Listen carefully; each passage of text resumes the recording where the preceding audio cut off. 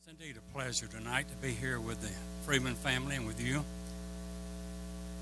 Back in I believe it was 65,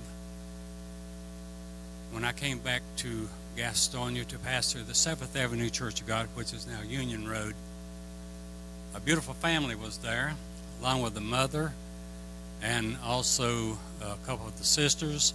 And it's my pleasure to pastor them for a number of years. And John was one of them, of course, and have so many memories of them.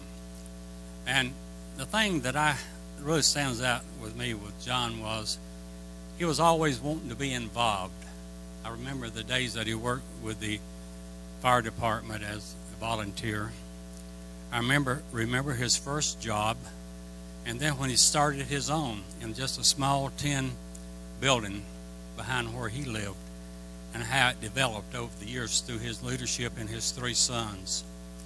And of course, his soulmate for almost 50 years, Emma, they were just 2 peas in a pod. They loved to be together. They loved to go places together. And when I begin to think about the leadership that the boys have shown through this crisis, I know it would make their dad real happy.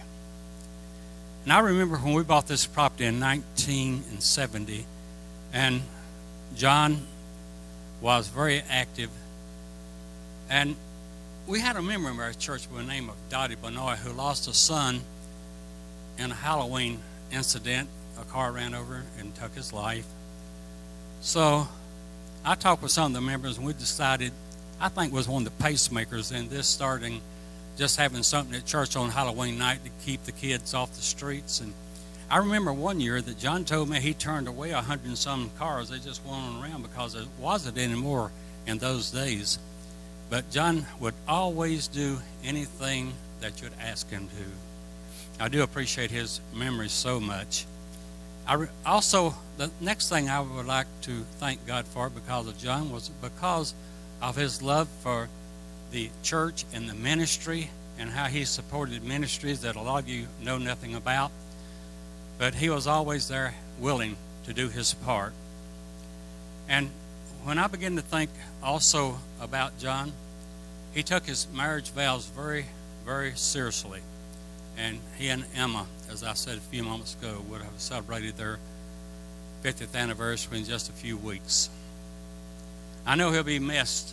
I loved him dearly. It was good for me to go by every once in a while and talk to him.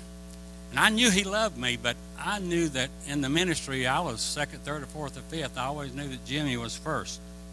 And it's always good to know that people who love God not only love him in words and deeds, but also in the monetary.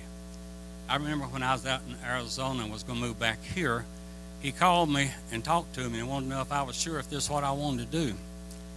And God had placed it up on my heart to do exactly that. And it's always good to be with the Freeman family.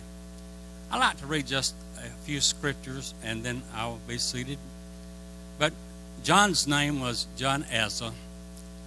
And I want to, though both of them are Bible names, one in the Old Testament, one in the New, but I'd like to read just a little bit from Revelation 21, 1 through 4. And I saw a new heaven and a new earth.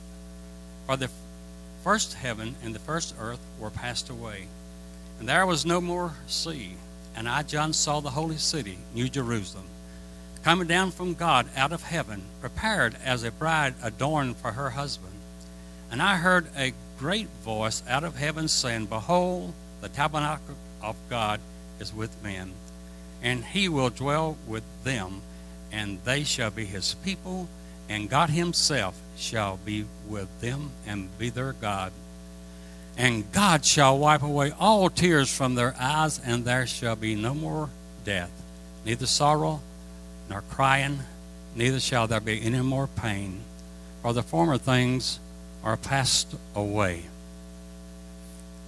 On Monday night at 11:10, when we were standing around his bedside and his life's breath was just being taken, the family started singing. It was so beautiful.